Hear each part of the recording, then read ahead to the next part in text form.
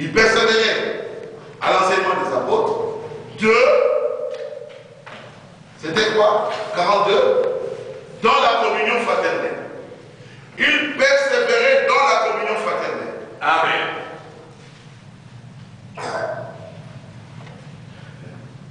Écoutez-moi bien.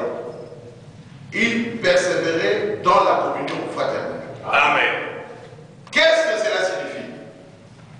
Que tous ceux qui priaient ensemble, s'aimaient, ils vivaient dans la communion. Amen. Ils avaient un temps où ils se retrouvaient ensemble, ils mangeaient. On parle là des fractions de pain. Ce n'est pas la Sainte Seine.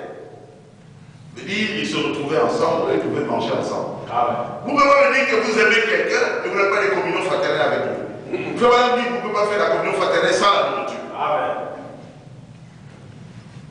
Même dans nos villages, quand vous passez, vous appelle pour manger. Vous ne voulez pas manger, c'est que vous ne communiez pas avec eux. Amen. Donc, dans la communion fraternelle, c'est lié quelque chose, la nourriture. Donc, les premiers chrétiens étaient ensemble. C'est pour cela qu'on les a appelés chrétiens. Ils étaient comme Christ. Ils mangeaient ensemble, ils vivaient ensemble. Je ne dis pas qu'on soit exactement comme ça, qu'on vive exactement de la même manière. D'ailleurs, ils avaient vendu leurs biens, ils ont mis tout en communion, en commun. Et voilà, nous n'arriverons plus à ça aujourd'hui.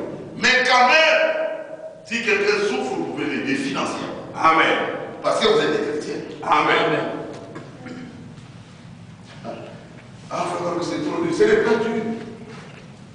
Ce n'est pas dur. Comment vous pouvez voir quelqu'un souffrir et vous êtes chrétien, vous êtes là, vous le regardez? Non. Vraiment, en tant que chrétien, vous devez l'aider. Amen. Vous devez être de bons samaritains. Vous ne devez pas être le mauvais là qui priait et qui a vu son. Comment on peut l'appeler? Son frère dans la souffrance et il est passé. Et pourtant, c'était lui qui priait. Tu dois savoir aider l'autre. Je crois que c'est clair. Amen. Il persévérait dans l'enseignement des apôtres. Il persévérait aussi dans la communion fraternelle et dans la fraction de pain. Et c'est que je veux dire aujourd'hui ici, il persévérait aussi dans la prière. Amen. Amen. C'est écrit comme ça dans la Bible aussi. Amen. Ah oui. Dans la fraction du pain et dans les prières. C'est la chose qui nous manque ici. On sort de l'ordre à la maison, mais quand est-ce qu'on va persévérer dans la prière? Amen. Il faut qu'on puisse persévérer aussi dans la prière. La généalogie. C'est Frère Branham qui a dit ça. Quand j'ai vu ça, le frère m'a montré à Frère Branham de généalogie. Je suis allé à généalogie. Donc, c'est la science qu'on a manqué. C'est Frère Branham qui a dit ça. Amen. Il y a une force de la généalogie. Amen. Dans la prière.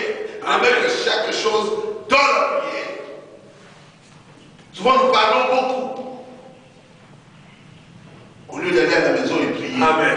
That's right. Prier pour la personne. Amen. Essayez de demander à